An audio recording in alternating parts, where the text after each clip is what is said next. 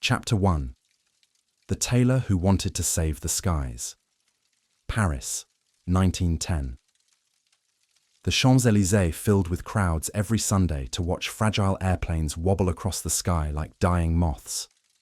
When the engines sputtered and the machines dropped, the crowd would gasp, then go silent, then slowly disperse once the ambulance carried away whatever was left of the pilot. By Monday morning, the newspapers would run a photograph and 3 paragraphs.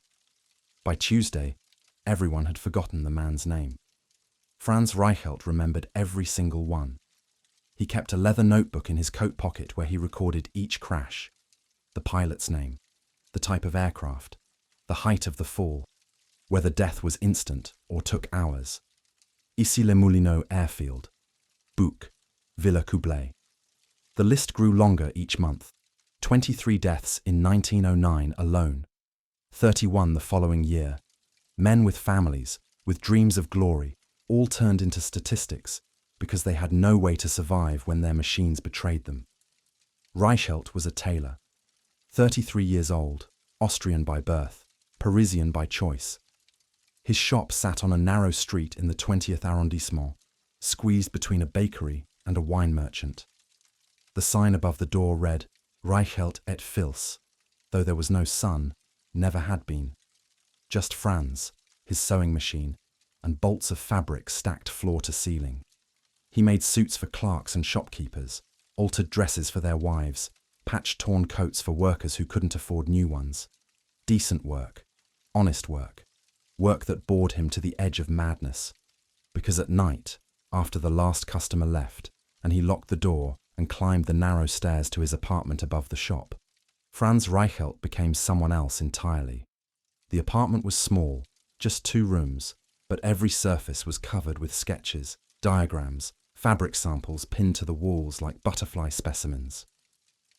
His dinner table had disappeared months ago under a pile of calculations about drag coefficients and terminal velocity, terms he had taught himself from engineering journals he could barely afford. His bed was pushed against the window to make room for the mannequin. The mannequin was life-sized, stuffed with straw and rags, dressed in Reichelt's latest prototype. A bizarre suit with panels of silk sewn into the arms and legs, flaps of canvas attached to the torso that were supposed to catch the air and blossom into a parachute. It looked like something a madman would wear to a carnival. At 2 a.m. on a Tuesday in March, Reichelt dragged the mannequin out onto his narrow balcony. 4 stories up, 13 meters. Not high enough to prove anything conclusive, but high enough to break every bone in the dummy's body if the parachute failed. Which it had, 7 times already. He hesitated, hands gripping the mannequin's shoulders. Below, the street was empty, except for a cat picking through garbage. Across the way, a single window glowed yellow where someone else couldn't sleep. The night air smelled of coal smoke and rotting vegetables from the market 2 blocks over. This time, Reichelt whispered to the mannequin, this time it works. He lifted it over the railing and let go. For 1 beautiful second, the fabric caught the air. The panels snapped open. The silk filled like a sail. Reichelt's heart jumped. Then the stitching on the left side tore, the dummy twisted sideways, and gravity took over. It hit the cobblestones with a sound like a sack of flour dropped from a wagon. The cat ran. The light across the street went dark, and Franz Reichelt stood alone on his balcony, staring down at the crumpled mess of his 8th failure, and felt something shift inside him. Not despair, not doubt, certainty. The problem wasn't the design. The problem was the test. Mannequins didn't fall like humans. They didn't shift their weight, didn't react to the air, didn't spread their arms at the right moment. You couldn't prove a parachute worked with dead weight. You needed a living body. You needed someone who believed. He went back inside, pulled out his notebook, and wrote a single sentence beneath the list of dead pilots. The only way to know if a man can fly down is for a man to try. Outside, the first light of dawn crept over the rooftops of Paris. Somewhere in the city, another aviator was waking up, kissing his wife, walking to the airfield, climbing into a machine held together with wire and hope. And Franz Reichelt, tailor, inventor, believer, knew with absolute clarity that he was running out of time to save them. Chapter 2. Permission to kill yourself. By the autumn of 1911, Franz Reichelt's tailor shop had become a tomb for his former life. The bell above the door hadn't rung in weeks. The bolts of fabric his customers used to browse were now cut into pieces and pinned to prototypes hanging from the ceiling, like the shed skins of enormous insects. His sewing machine, which once hummed with the steady rhythm of honest work, sat buried under sketches of parachute designs, each one crossed out, revised, abandoned. He had stopped pretending to run a business. When Madame Fournier came to collect the dress he had promised to alter 2 months earlier, he told her through the locked door that he was ill, that she should come back next week. She never did. When his landlord knocked to ask about the strange noises coming from the apartment at night, the sound of something heavy being dragged across the floor, Reichelt told him he was rearranging furniture. The landlord didn't believe him, but didn't press further.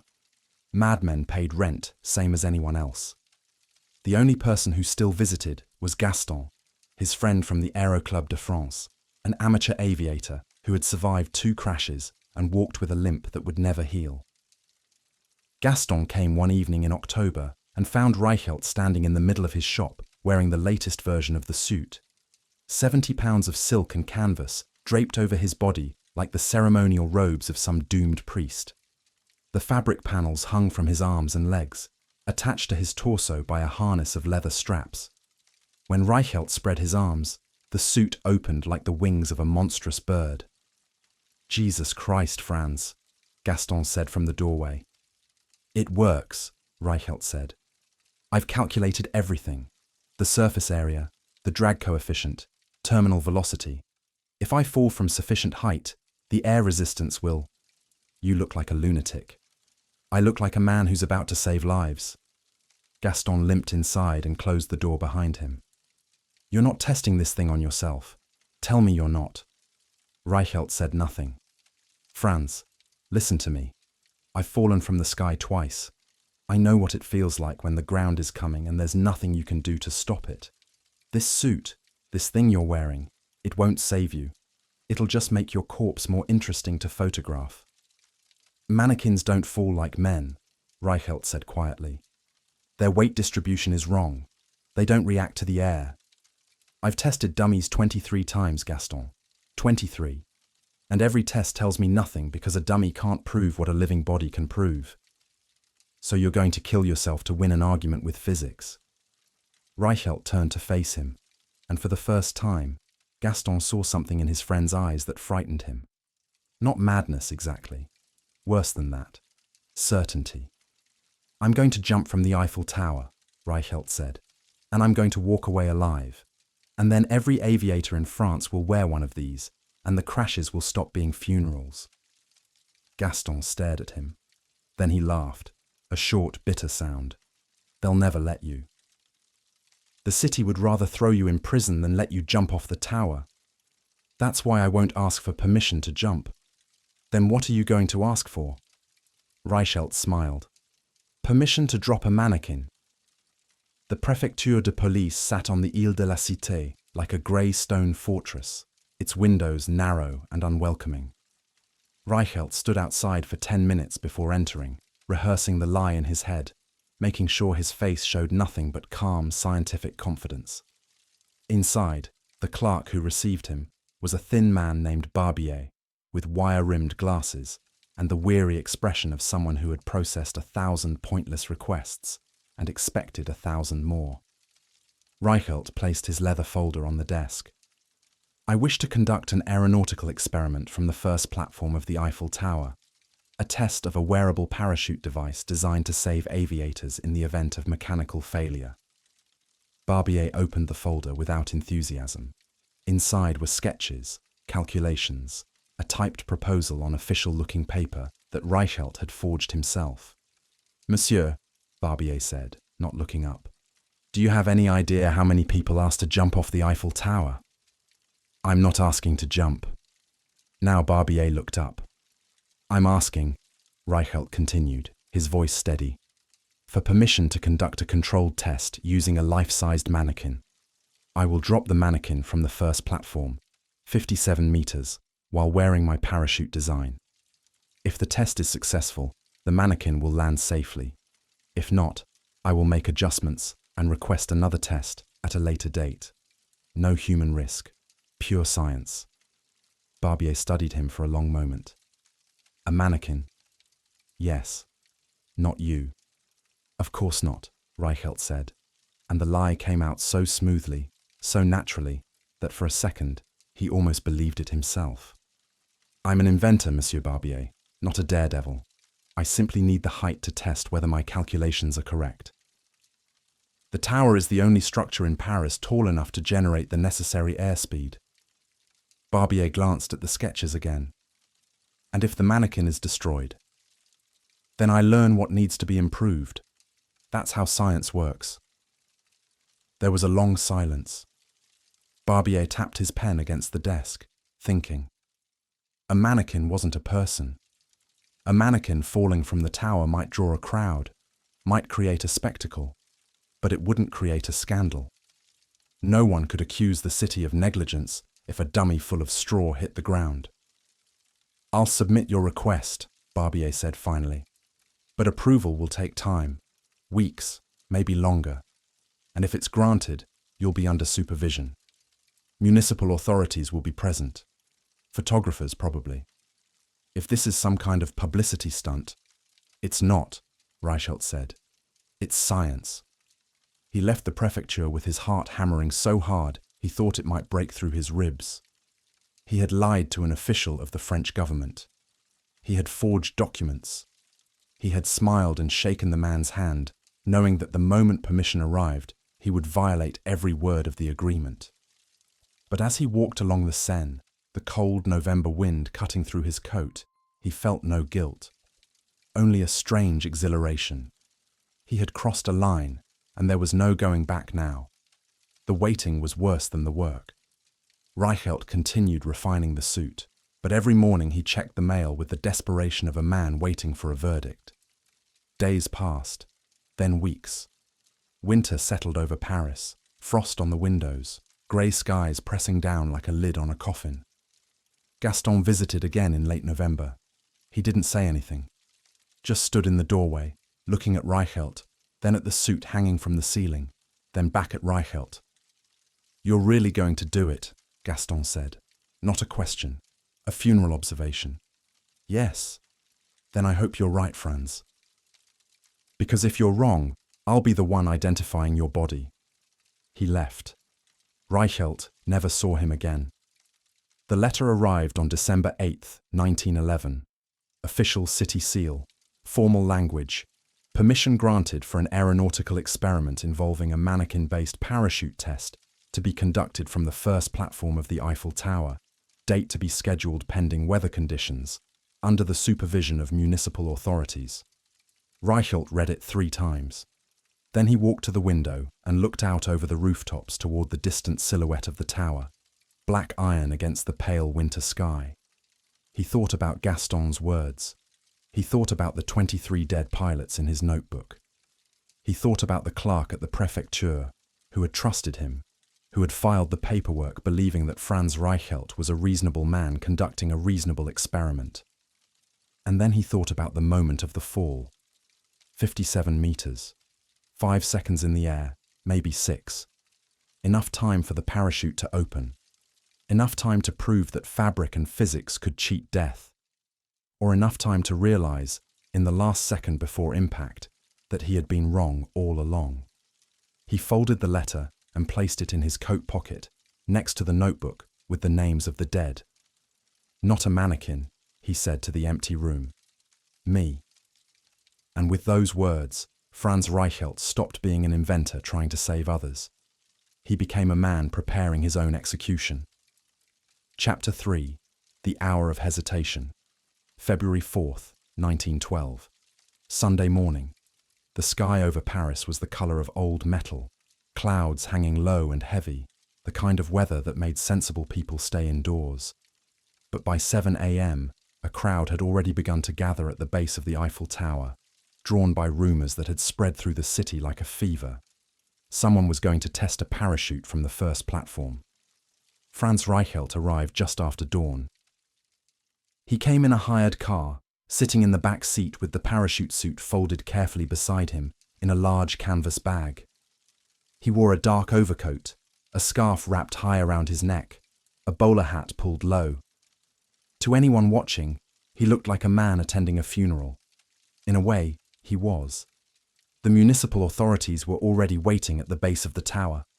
2 police officers, a city engineer named Marchand, who had been assigned to supervise the experiment, and a small cluster of journalists who had been tipped off that something interesting might happen. One of them had brought a motion picture camera, a bulky wooden box on a tripod, the kind used to film newsreels. Reichelt stepped out of the car. The cold air hit him like a slap. He could see his breath, white clouds dissipating in the grey morning light. "Monsieur Reichelt?" The engineer, Marchand, approached with a clipboard. "We're ready when you are. The platform has been cleared. You'll have approximately 30 minutes to set up your mannequin and conduct the test.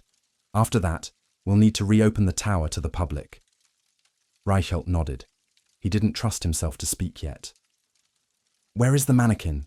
Marchand asked, glancing at the car. "In the bag," Reichelt said quietly. "That's a very large bag for a mannequin." "It's a very large mannequin." One of the journalists, a young man with a notepad, stepped closer. "Monsieur Reichelt, can you explain for our readers what exactly you're testing today?" Reichelt turned to face him. This was it, the moment where the lie would either hold or collapse. "I'm testing a wearable parachute," he said, his voice steadier now. "A suit that an aviator can wear during flight, so that if his machine fails, he has a chance to survive the fall. The mannequin will demonstrate the effectiveness of the design. And if it fails, then I'll know what needs to be improved." The journalist scribbled notes. The camera operator began setting up his equipment. And Franz Reichelt picked up the canvas bag and walked toward the elevator that would carry him 57 meters into the air. The first platform of the Eiffel Tower was an iron lattice suspended above the city, open to the wind on all sides. From here, Paris spread out in every direction, the Seine cutting through the center like a dark ribbon, the rooftops of Montmartre in the distance, the Arc de Triomphe barely visible through the winter haze. Reichelt stood at the edge of the platform, looking down. 57 meters, about 187 feet. The ground seemed impossibly far away, a different world entirely. He could see the crowd below, maybe 100 people now, their faces turned upward, waiting. Behind him, Marchand and the 2 police officers waited near the elevator. They had given him space to prepare, assuming he needed room to set up the mannequin. Reichelt opened the canvas bag and pulled out the parachute suit. It was massive, even larger than the prototypes he had tested from his balcony. The fabric panels hung like the folded wings of some prehistoric creature. The leather harness gleamed dully in the weak morning light. When he lifted it, the weight pulled at his shoulders. 70 pounds of silk, canvas, hope, and delusion. He set it down carefully on the iron grating and began to undress. "Monsieur Reichelt?" Marchand's voice confused. "What are you doing?" Reichelt removed his overcoat, then his jacket. He was wearing only a thin shirt and trousers now, and the cold bit through the fabric immediately. "Monsieur Reichelt, the mannequin." "There is no mannequin," Reichelt said. The words hung in the air for a moment, frozen like his breath. Marchand stepped forward, his face going pale. "What did you say?" "There is no mannequin." Reichelt began strapping on the parachute harness, pulling the leather tight across his chest. "I'm conducting the test myself." "Absolutely not." Marchand's voice rose, sharp with panic. "The permission was granted for a mannequin test. A mannequin. You lied to the prefecture. You lied to the city. I'm shutting this down right now." "You can't," Reichelt said calmly, fastening another strap. "The journalists are already here. The camera is recording. If you stop me now, the story will be that the city of Paris prevented a scientific experiment that could save aviators' lives. Is that what you want in tomorrow's papers?" Marchand looked back at the journalists, who had started climbing the stairs to the platform, sensing that something unexpected was happening. The camera operator was repositioning his equipment, trying to get a better angle. "This is insane," Marchand hissed. "You'll be killed. Or I'll prove that my invention works. And if you're wrong, if you fall and die on city property during an officially sanctioned experiment, do you have any idea what that will do to—" "I signed a waiver," Reichelt interrupted, pulling a folded document from his coat pocket and handing it to Marchand. "Absolving the city of all responsibility, stating that I conduct this test of my own free will, fully aware of the risks. Your only job is to watch and record the results." Marchand stared at the paper, then at Reichelt, then at the journalists who were now close enough to hear every word. He was trapped. If he forcibly removed Reichelt from the platform, it would create a scene, a scandal. If he allowed the test to proceed and Reichelt died, there would be an investigation, but the waiver provided legal cover. There was no good choice, only damage control. "I want it on record," Marchand said loudly, his voice shaking, "that I advised against this, that I believe this test to be dangerous and ill-conceived." "Noted," Reichelt said. He finished strapping on the suit. The fabric hung from his body in great folded panels, making him look twice his normal size. When he spread his arms experimentally, the silk caught the wind and billowed slightly, a promising sign that meant nothing. One of the journalists, the young man with the notepad, had made it to the platform now. "Monsieur Reichelt, are you really going to jump?" "Yes." "Why not use a mannequin, as you told the city you would?" "Because mannequins don't breathe. They don't think. They don't react to the fall. This suit requires a living body to function properly." "And if it doesn't function?" Reichelt looked at him. "Then you'll have a very dramatic story for your newspaper." The journalist didn't laugh. Neither did anyone else. Reichelt walked to the edge of the platform. The railing came up to his waist, a thin barrier of iron between him and the long drop to the frozen ground below. He placed both hands on the cold metal and looked down again. The crowd had grown. Maybe 200 people now. Someone had brought a child, a little boy perched on his father's shoulders, pointing up at the strange figure on the platform. Reichelt thought about Gaston, about the 23 names in his notebook, about the pilots who had died because they had no way to save themselves when their machines failed. He thought about the clerk at the prefecture who had trusted him. He thought about his mother in Vienna, who hadn't heard from him in 2 years and would learn about his death from a telegram. And he thought about what would happen in the next few seconds, the moment when he climbed over the railing, the moment when his feet left the platform, the 5 or 6 seconds of freefall before he hit the ground, or before the parachute opened and proved that Franz Reichelt, tailor and madman, had been right all along. Behind him, Marchand spoke quietly to one of the police officers. "If this goes badly, clear the crowd immediately. I don't want children seeing the body." Reichelt heard him. He didn't respond. He gripped the railing and prepared to climb over. And then he stopped. Not because he was afraid, though fear was there, cold and heavy in his chest. Not because he doubted the mathematics, though doubt whispered at the edges of his mind. He stopped because a voice in his head, small and clear and impossible to ignore, asked a single question. What if Gaston was right? Reichelt stood frozen at the edge of the platform, hands on the railing, the wind pulling at the fabric of the suit.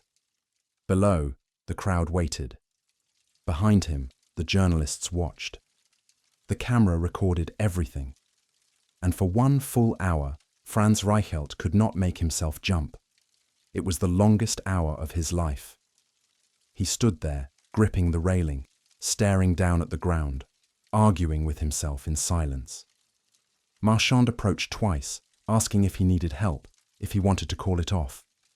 Reichelt waved him away both times without speaking. The journalists whispered among themselves. The crowd below began to murmur, confused. Some people left, bored by the delay. Others stayed, sensing that they were watching a man wrestle with something larger than physics. Reichelt thought about everything he had given up.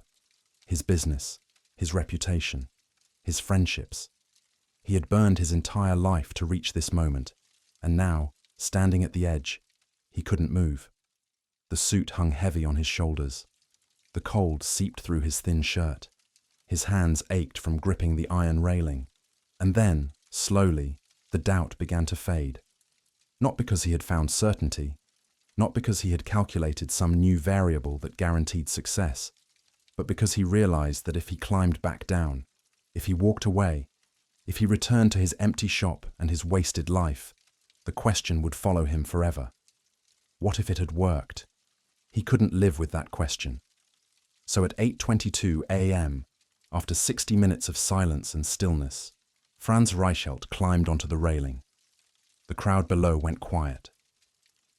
The camera operator checked his equipment one last time, making sure the film was rolling. Marchand closed his eyes, and Franz Reichelt, 33 years old, tailor, inventor, believer, looked down at the ground one final time and whispered, "Fly." Then he stepped off the edge. Chapter 4. 5 seconds. Franz Reichelt fell for approximately 5 seconds. In the first second, the wind hit him like a physical blow, ripping at the fabric of the suit, tearing the air from his lungs. He had expected this. He had calculated it. But no amount of mathematics could prepare a man for the violence of freefall, for the sensation of the world rushing upward to meet him, while his body screamed that he was plummeting toward death. In the second second, he tried to spread his arms the way he had practiced 1,000 times in his workshop, standing in front of the mirror, imagining the moment when the fabric would catch the air and blossom into a canopy above him. But the wind was stronger than he had anticipated, and the suit was heavier, and his arms wouldn't extend the way they were supposed to. The panels of silk that should have opened like wings remained folded against his body, tangled in the harness, useless. In the third second, he realized he was going to die. Not as a thought, not as a conclusion reached through reason, but as a certainty that flooded his entire body. His heart, which had been hammering in his chest since he climbed onto the railing, seemed to stop. Or perhaps it beat so fast that it felt like stopping. Medical examiners would later argue about this detail, about whether Franz Reichelt was already dead from cardiac arrest before his body hit the ground. In the fourth second, the ground filled his vision. Not as an abstract concept, not as a mathematical endpoint, but as a reality of frozen dirt and scattered gravel and the upturned faces of 200 people who were about to witness a man destroyed by his own certainty. In the fifth second, Franz Reichelt had time for one final thought. Not regret, not prayer, not even fear. Just a strange, quiet recognition that Gaston had been right. The impact made a sound that no one in the crowd would ever forget. Not a crash, not a thud, but something softer and more terrible. The sound of a human body striking the earth at terminal velocity. The sound of bones collapsing inward, of a skull fragmenting, of a life ending so abruptly that there was no scream, no gasp, no final breath. Just silence. And then, chaos. A woman screamed. The father with the child on his shoulders turned away, covering the boy's eyes. Someone in the crowd vomited. The journalists rushed forward, then stopped, realizing there was nothing to see that should be seen, nothing to record that should be recorded. The motion picture camera kept filming. Marchand, the city engineer, stood frozen on the platform 57 meters above, staring down at the crumpled shape on the ground. One of the police officers beside him was praying in a whisper, crossing himself again and again. The other had turned away and was gripping the railing with both hands, his knuckles white. "God help us," Marchand said. "God help us all."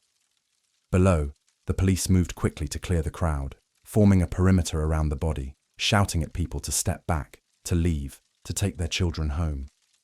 But many stayed, unable to look away, unable to process what they had just witnessed. A doctor arrived within minutes, summoned from a nearby hospital. He knelt beside Reichelt's body and conducted a brief examination, though it was pure formality. No one could survive a fall like that. The doctor confirmed what everyone already knew. Franz Reichelt was dead on impact. possibly before impact, given the condition of his heart. The parachute suit, which had cost Reichelt his savings, his business, his friendships, and ultimately his life, lay spread around his body like a burial shroud. The silk panels were intact. The stitching had held. The design, in theory, was sound. But theory, as Franz Reichelt had discovered 5 seconds too late, is not the same as reality. The newspapers ran the story the next day, and the day after that, and the day after that. Tailor's fatal leap from Eiffel Tower. Parachute inventor plunges to death in front of crowd. Man jumps from tower, wearing homemade wings, dies instantly. Some articles were sympathetic, calling Reichelt a martyr to science, a man whose dedication to saving aviators had cost him his life. Others were less kind, labeling him a delusional fool who had thrown his life away for nothing, who had traumatized hundreds of witnesses with his reckless experiment. The motion picture footage was shown in theaters across Europe. Audiences watched in horrified silence as the grainy black and white film showed a small figure standing at the edge of the tower, hesitating for what seemed like an eternity, then finally stepping off and dropping like a stone. The film ended just before impact, but everyone knew what came next. The footage made Franz Reichelt famous in a way he never was in life. But it was the wrong kind of fame. He became a cautionary tale, a joke, a symbol of hubris and delusion. Cartoonists drew him with angel wings and a halo, falling into hell. Comedians made jokes about tailors who couldn't measure the distance between confidence and ground. The Préfecture de Police launched an investigation into how Reichelt had obtained permission for the experiment. The clerk, Barbier, who had approved the request, was reprimanded for failing to verify that a mannequin would actually be used. New regulations were drafted. The Eiffel Tower administration announced that no further experiments of any kind would be permitted from the structure. Gaston, the friend who had tried to stop him, attended the funeral. There were fewer than a dozen people present. Reichelt had no family in Paris, few friends left, and no one from the Aero Club came to pay respects. He was buried in a small cemetery on the outskirts of the city, in a grave marked with a simple stone that bore his name and the dates of his birth and death. No epitaph, no mention of what he had tried to do. Gaston stood at the grave for a long time after the others had left. "You were wrong, Franz," he said quietly to the frozen ground. "But I suppose you knew that, in the end." In the years that followed, aviation continued to advance. Planes became faster, more reliable, more sophisticated, and parachutes, real parachutes, the kind that actually worked, became standard equipment for pilots. But those parachutes were not based on Franz Reichelt's design. They were developed by engineers who tested their inventions carefully, methodically, using sandbags and dummies dropped from balloons at graduated heights. Men who understood that proving a theory required patience, iteration, and above all, survival. Reichelt's contribution to aviation history was not his invention. It was his death. He became the example taught to every aspiring inventor, every engineer, every scientist who believed their calculations were flawless. Test carefully. Test gradually. Never stake your life on a theory you haven't proven. The footage of his fall, 75 years later, would be shown in classrooms and documentaries, always with the same narration. This is what happens when confidence outpaces caution. This is what happens when a man believes he cannot be wrong. But there was another truth buried beneath the cautionary tale, a truth that no newspaper mentioned and no documentary explored. Franz Reichelt died believing he was right, not in his design, which failed catastrophically, not in his calculations, which didn't account for the chaos of real wind and real terror, but in his conviction that someone had to try, that lives could not be saved through theory alone, that at some point, someone had to step off the edge. He was wrong about the parachute, but perhaps he wasn't wrong about everything. On a cold morning in February 1912, a tailor named Franz Reichelt stood at the edge of the Eiffel Tower and made a choice. Not a good choice, not a wise choice, but a choice made with absolute conviction, the kind of certainty that burns away doubt and fear and self-preservation until only the jump remains. He fell for 5 seconds.